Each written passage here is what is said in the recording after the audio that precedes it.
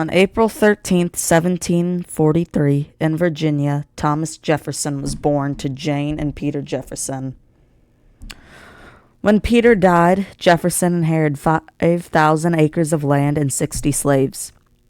From the years 1758 to 1760, he was personally tutored by Reverend James Morey before getting enrolled in William and Mary College. In his first years of college, he threw and attended many parties and lived a lavish lifestyle, but as the years progressed, he began to study harder, usually studying for 14 hours a day and only stopping to sleep and practice the violin. Soon, William Small noticed the talents of Jefferson and became his protege. He once described Jefferson as the first truly scientific and enlightened man. And enlightened Jefferson was. He would often discuss politics and science with such men as George Wythe and Lieutenant Governor Francis Fauquier. In 1767, he was admitted to the Virginia bar, and a year later, in 1768, he was elected to the Virginia House of Burgesses. In 1772, he married his wife, Martha, and in 1774, he wrote A Summary View of the Rights of British America. This document was a precursor to the Declaration of Independence, and a large reason why he attended the Continental Congress. So it is important to examine this document closely. In the first paragraph, Jefferson argues a Congress between the various colonies should be assembled to relay their complaints to the king. He advocated for this because Parliament was encroaching on the rights of colonists. Many times before, the colonies had petitioned the king but were given no answer. But if the king reflected, he would find that his job is to serve the people. To end off his first paragraph, he states he will list the usurpations that have been thrown upon the colonies. To begin, Jefferson says that the colonists came to America to free themselves of an unjust government. Jefferson then notes how the Saxons did the same when they came to Britain. The Americans, when they arrived, fought for their settlement and received little aid until they became economically profitable. Britain then offers the same aid to their trading partners, but they do not force their government on them. But Jefferson admits the aid was helpful and can be repaid by trade deals acceptable to both parties, so Parliament cannot exercise complete control over the colonies. And then he goes on to state the colonists connected themselves to the king to stay under the mother country. Then the same tyranny they originally tried to escape were exerted on them by Britain. A type of tyranny the colonists suffered was when the land they fought for was given away to aristocrats by a king they thought too wise and understanding to do this. Another example was after a treaty was signed, saying the British could not encroach on the colonists' right to trade, but over the years the rights were being encroached on. The British, in addition to this, encroached on the management of the colony's internal affairs.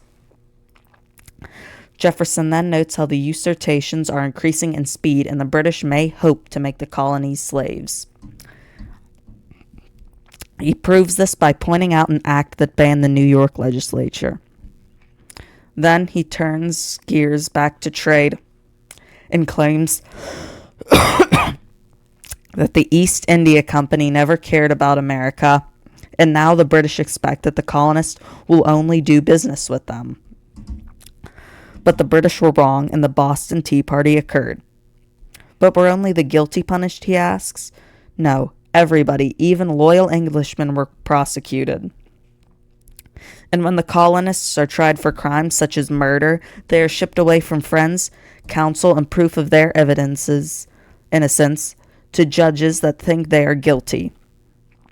He then pleads with the king to veto these acts, but notes that the king never used their powers to veto laws because the kings believe that the legislature is so wise. But Jefferson notes that the veto must be used so Parliament does not pass a law that oppresses another part of the empire.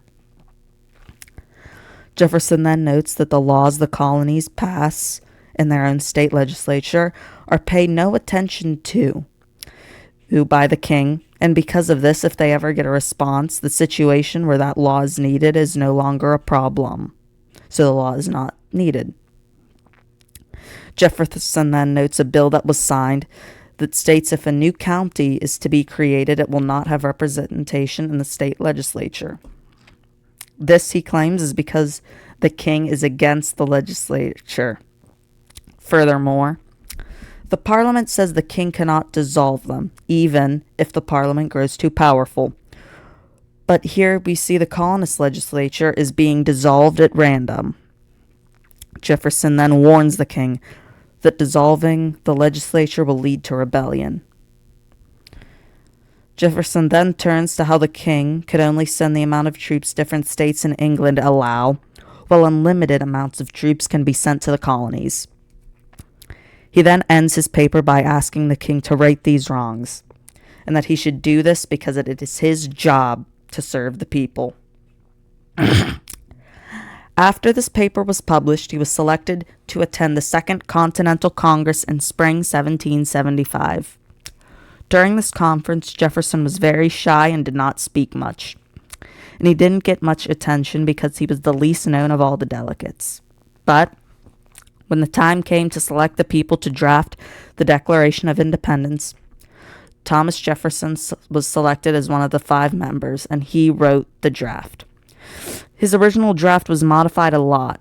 It was actually modified so much that 1/5 of the text was changed, and a section he wrote on the evils of slavery was removed. He wrote this even though he owned over 600 slaves throughout his lifetime. The modified declaration was passed on July 2nd and adopted on July 4th. After a few more months serving with the Congress, he went back to Virginia, where he helped modify the Virginia laws to align with the views of the Revolution and the idea of freedom of religion. On June 5th, 1779, Thomas Jefferson was inaugurated as the governor of Virginia. Governors of Virginia only served 1-year terms, and Jefferson would go on to win a second term. As governor, he worked to try and get the Continental Army fighting in the South supplies. And when the British Army came to Virginia, he tried to organize a militia, but he did not have the necessary men, materials, or equipment to raise them. So when the British finally came, he had to flee Richmond, the capital, something that would be used against him for the rest of his life. After his time as governor, he was a diplomat during the French Revolution. While he was there, he helped Lafayette, a general in the American War for Independence, to draft the Declaration of the Rights of Man and of the Citizens. Meanwhile, in America, the Articles of Confederation were not working, so the Constitutional Convention was held. At the convention, the Constitution was drafted and in 1789 was ratified by the states. George Washington was sworn in as its first president. Washington then nominated and Congress approved Thomas Jefferson as America's first Secretary of State. As the Secretary of State, he wanted to pursue closer relationships with the French, and he opposed Hamilton's financial plan. Hamilton's financial plan, Jefferson believed, improved the North at the detriment of the South by supporting an industrialized economy. The agrarian economy of the South, as a result, would be slowed. Also, he believed that the national debt were absorbed by the federal government. The federal government would gain too much power. To compromise, Jefferson hosted a dinner where Hamilton agreed to support a capital along the Potomac if Jefferson stopped attacking Hamilton's plan. Then, after Washington declared neutrality in the French Revolutionary War, Thomas Jefferson resigned because he believed that Washington had made a mistake and that America should help France in their resolution just as France did theirs. When news came that Washington did not plan on running for a third term, Thomas Jefferson set out on the campaign trail and ran a hard-fought campaign against Adams. If you want to learn more about the election of 1796, I went much more in depth about it in my last video. After Jefferson's defeat, he was made Adams's vice president and widely criticized him for the Alien and Sedition Acts. After his tenure as vice president, he once again ran in the election of 1800. During this election, he employed John Calendar, a gotcha journalist, to call Adams deranged and a wannabe monarch. In response to this, Adams' wife, Abigail, wrote to Jefferson calling him a traitor who, once supposed to help the president, criticized him. In the election, one of these criticisms Jefferson made was Adams appointing John Marshall, an enemy of Jefferson, to the Supreme Court. Once again, Abigail defended her husband's choice. In the end, Adams was not even a front runner, with Aaron Burr tying with Jefferson. As the House went to decide the winner, Hamilton convinced a representative to vote for Jefferson instead of Burr. Soon after, Burr challenged Hamilton to a duel where Hamilton was killed. In Thomas Jefferson's first inaugural address, he advocated for unity, famously saying, "We are all Republicans, we are all Federalists." He then went on to say, sorry everybody, slide cut out. He then went on to say America was a great nation because you are not judged by your father's actions, but by your actions. To close out his message, he said the goal of his administration was to see peace and commerce with foreign nations and to give more authority to state governance. Now, in my last video, we talked about the midnight appointments, which were, to summarize, a series of appointments to the judiciary because of the Judiciary Acts which created many more judicial appointments. So when the Federalists were about to lose power in the other two branches, they would remain strong in the judicial branch. But in his rush to appoint people to the judicial branch, they were not all given their commission. Now, during his presidency, Jefferson opposed a strong judiciary and signed pardons for all people prosecuted under the Alien and Sedition Acts. So when Jefferson learned not all commissions were given out, he said he would not give them out. One of the victims of this was Marbury, so he asked for a writ of mandamus to get his commission. With the case before the Supreme Court, John Marshall had his opportunity to strengthen the Supreme Court. Now that Marbury v. Madison being Jefferson's Secretary of State, was underway, Marshall had a tightrope to walk. He could not rule in favor of Marbury because that would result in a war with the executive branch. He could not rule against because then the judicial branch would be seen as a pawn for the president. His ruling, therefore, was threefold. 1. Marbury was entitled to his position. 2. He had a right to a legal remedy. And 3. Marshall said that the Supreme Court had no jurisdiction over his case because the act that allowed Marbury to file a writ of mandamus was unconstitutional.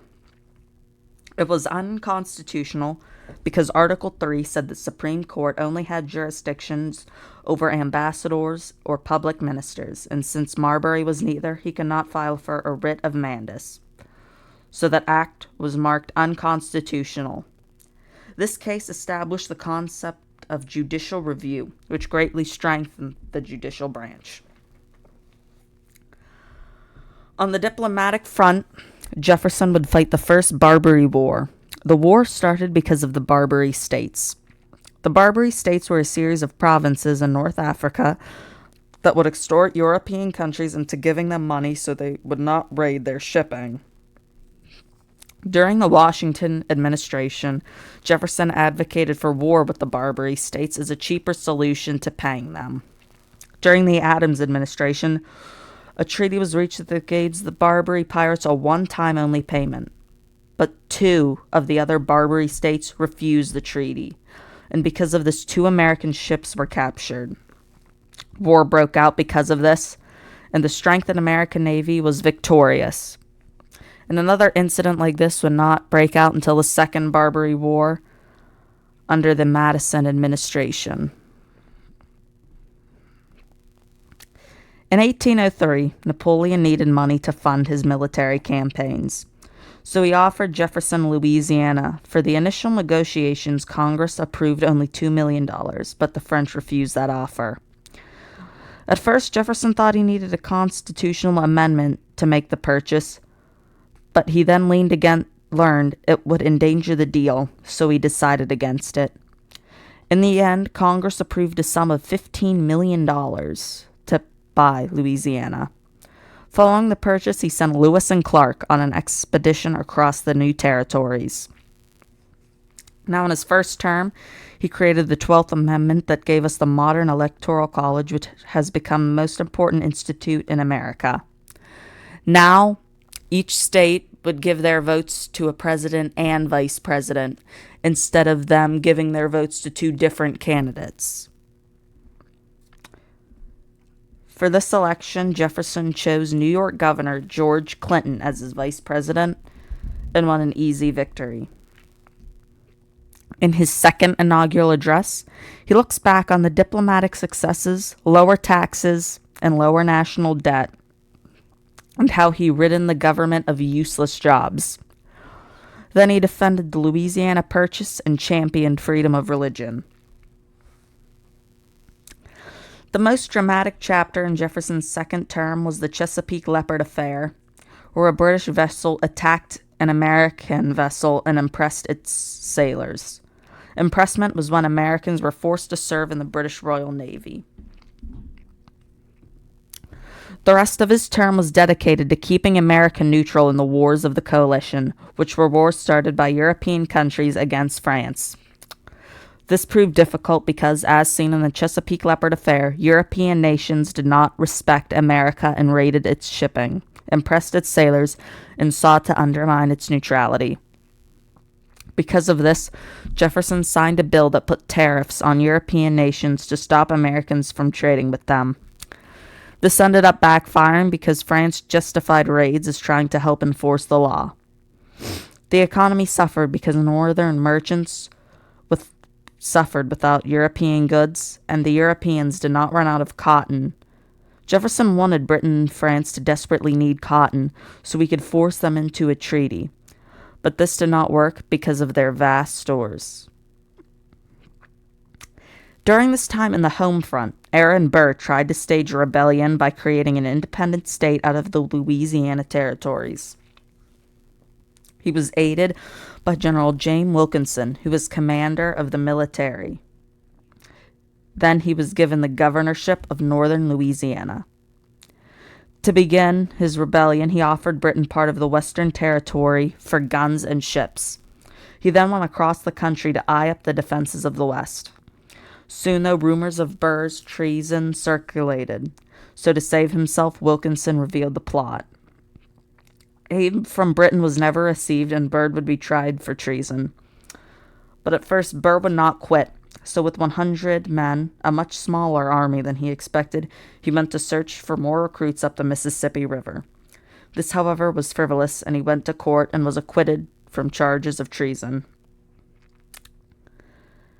Jefferson did not give an inaugural address, and in his retirement, he rekindled his friendship with John Adams and died on July 4th, 1826, the 50th anniversary of the Declaration of Independence. He also died on the same day as John Adams, who helped him draft that document. And Adams's last words were famously, "Jefferson survives," not knowing he died just hours before Adams. For me, Thomas Jefferson ranks as an A president. He was able to beat the Barbary pirates, lower the national debt, cut taxes, and purchase Louisiana. But on the downside, the tariffs he raised were destructive and hindered the American economy. Alright, everybody. Thanks for watching, and I'll see you in my next video on James Madison.